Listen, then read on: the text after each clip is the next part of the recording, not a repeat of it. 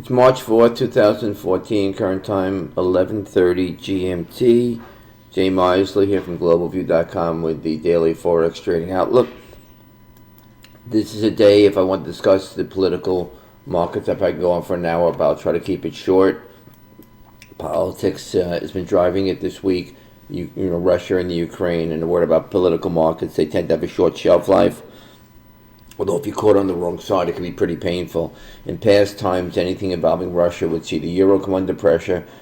Probably good for 2, 3, maybe even 500 points, depending on how far the crisis escalated. In this case, it was barely a blink. We fell reluctantly and late yesterday, finding support at 137.20. Today we bounced back up, and if you look at some of the yen crosses, you could see some relief rally and as safe haven demand diminishes.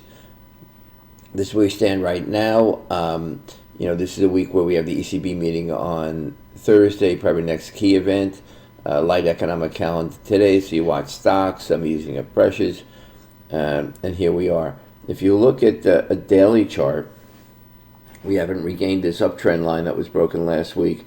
But momentum indicators are still pointing up, but the key level here is that 138.25 level reached last Friday in that big short squeeze, and as I mentioned in my weekend video, that anything above 138.50 would probably be very difficult. We haven't come close to it today. There's a possibility of a Monday effect if we don't take out Monday's high, which was close to almost 137.95 or so, something like that, 93.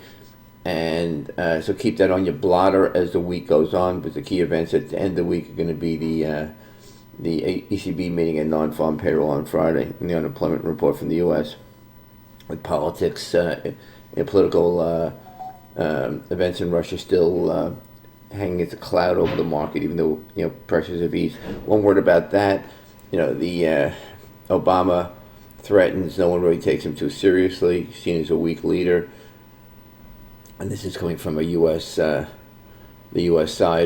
and I'm sure from overseas as well. On the other hand, the threat of sanctions only works if everybody joins, and it's really highly doubtful that Europe will join in the sanctions, as they get a good portion of their energy needs from Russia. A third of Germany's come from Russia. 40% of natural gas from Europe comes from Russia. So they will be reluctant to impose sanctions, and there's really not much political support for that in Europe. So that's highly doubtful. So Putin knows it. We all know it.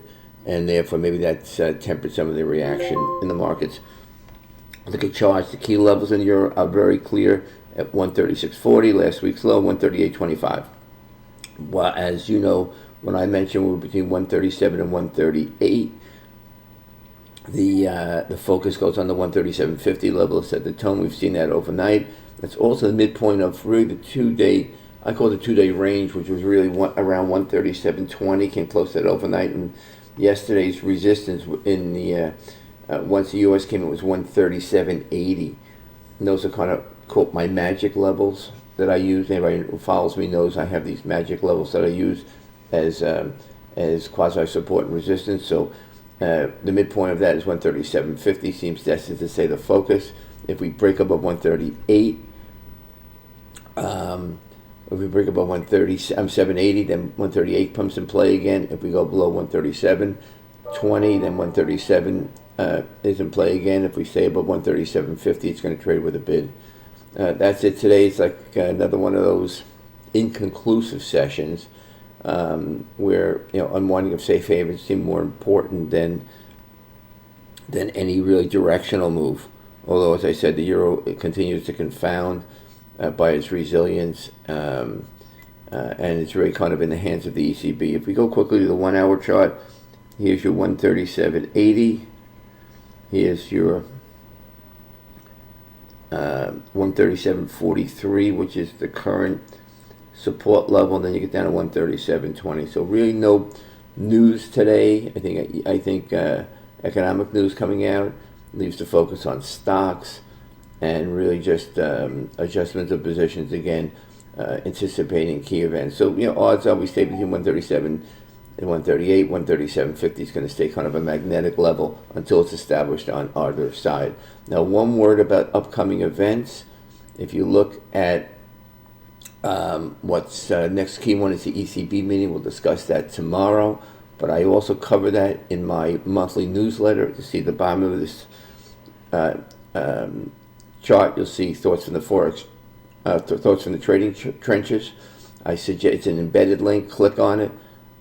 Read what I wrote. It covered the ECB meeting, covers the Fed tapering, and covers an interesting article about the dollar yen tendency during the month of March. This is fiscal year end a month, and you'll be a little bit surprised perhaps by the trend during the month of March. So I say click on this link below, and stay tuned tomorrow for my next video.